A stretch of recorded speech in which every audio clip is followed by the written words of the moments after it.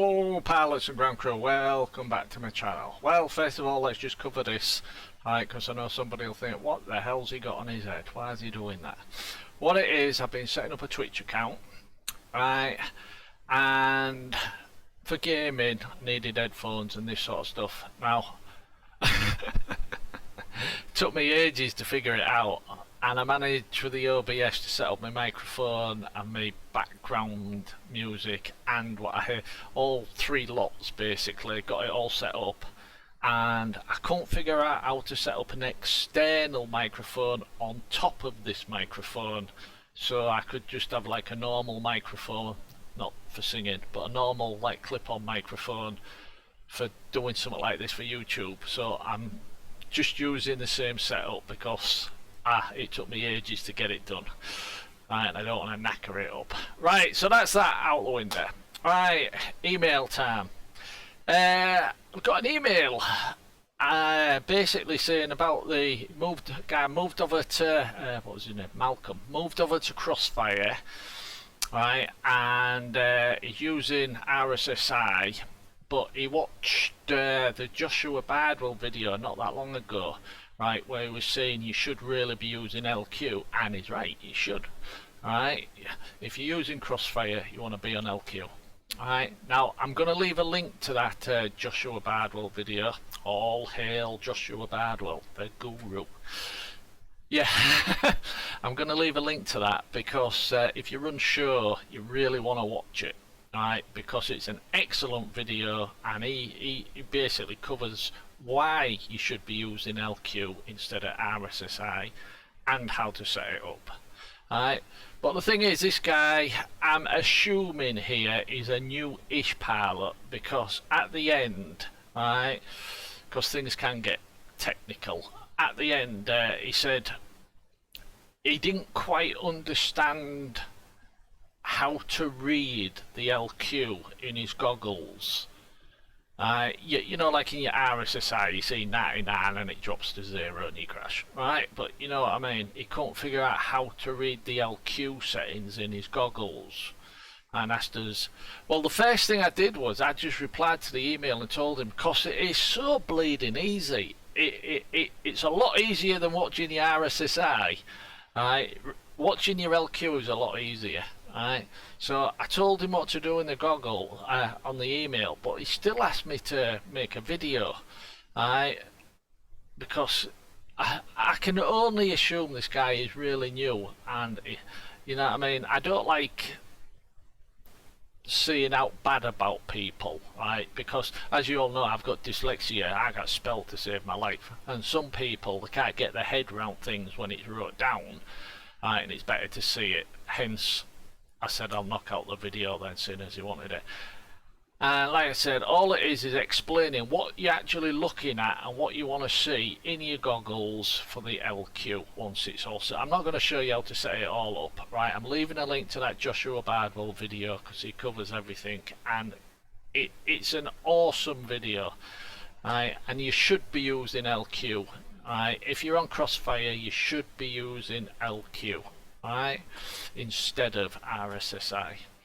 Okay then, let's just jump over to the page. I'm just going to write it out and talk through it, and it won't take long because it is quite simple, and I'll keep it super simple, super basic. Okay then, LQ in your goggles, what you're going to be looking for. Alright, well, you will see something. Well, when you first plug your quad in, alright, you will see this. Alright, everything's set up. You've got your battery plugged in, your goggles on, quad's obviously next to you. Your LQ range in your goggles will be 2-100 because the quad is so close to the transmitter. Alright, that's its maximum. 2-100 is the maximum signal strength. Okay, so that's what you're going to see. Now, when you take off, right, depending on which TBS Crossfire unit you're using, if you're using, what's the name of it? Can't remember, but the big one, the big expensive one.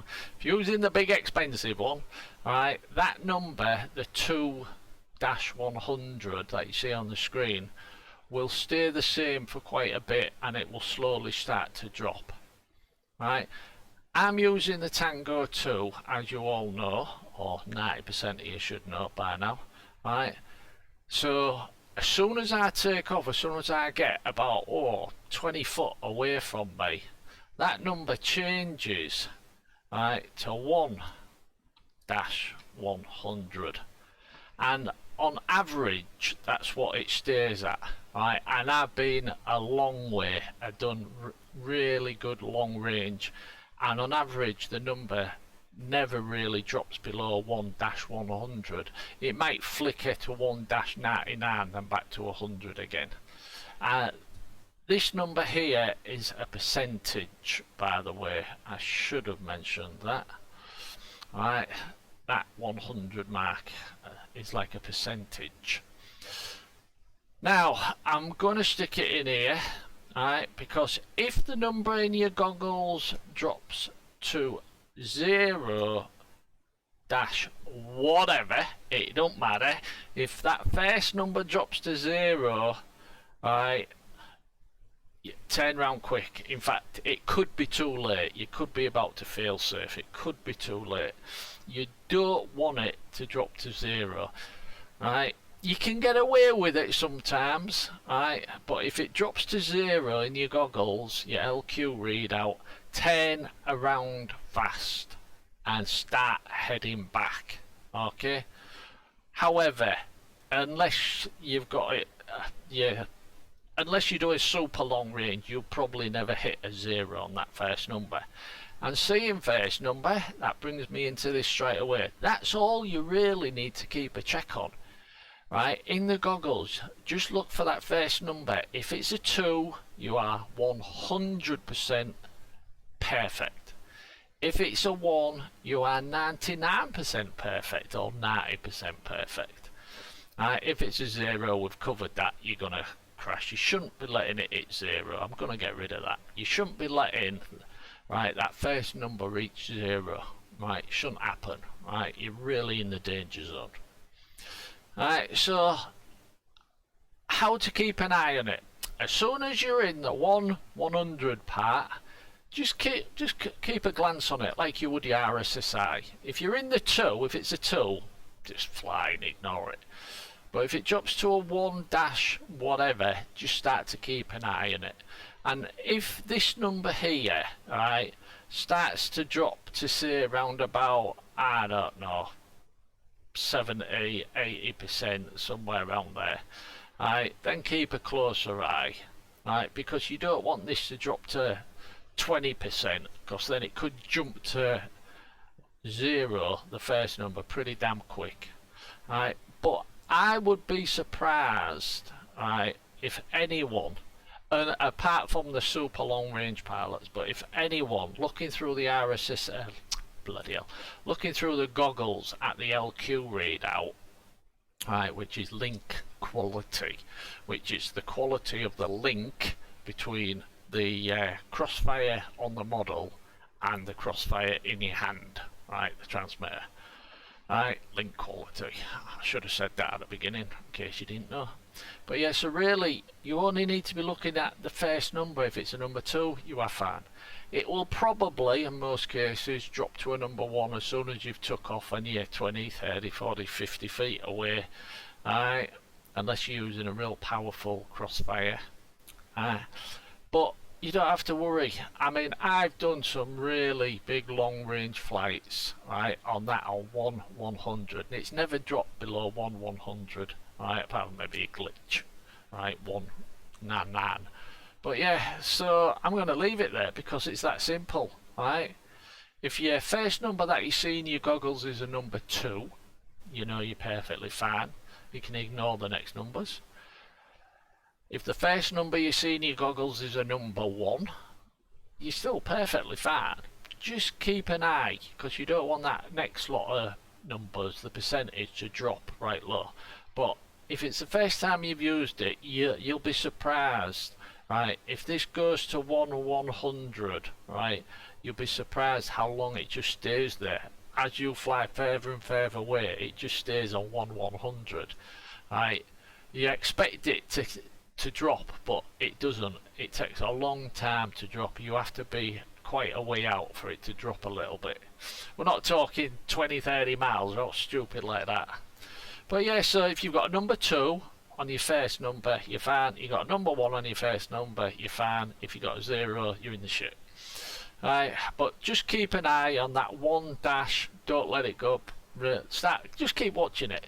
Right, keep watching it. If it starts to drop below 60-70%, right, you're a bloody long way out. So turn round and come back. Okay then, pilots and ground crew. What was that guy's name again? Malcolm. Yeah, and that one's for you, Malcolm. Right, I'll leave it there then. I'm leaving a link to the Joshua Bardwell video. All this information and stuff, right, he's covered everything, right?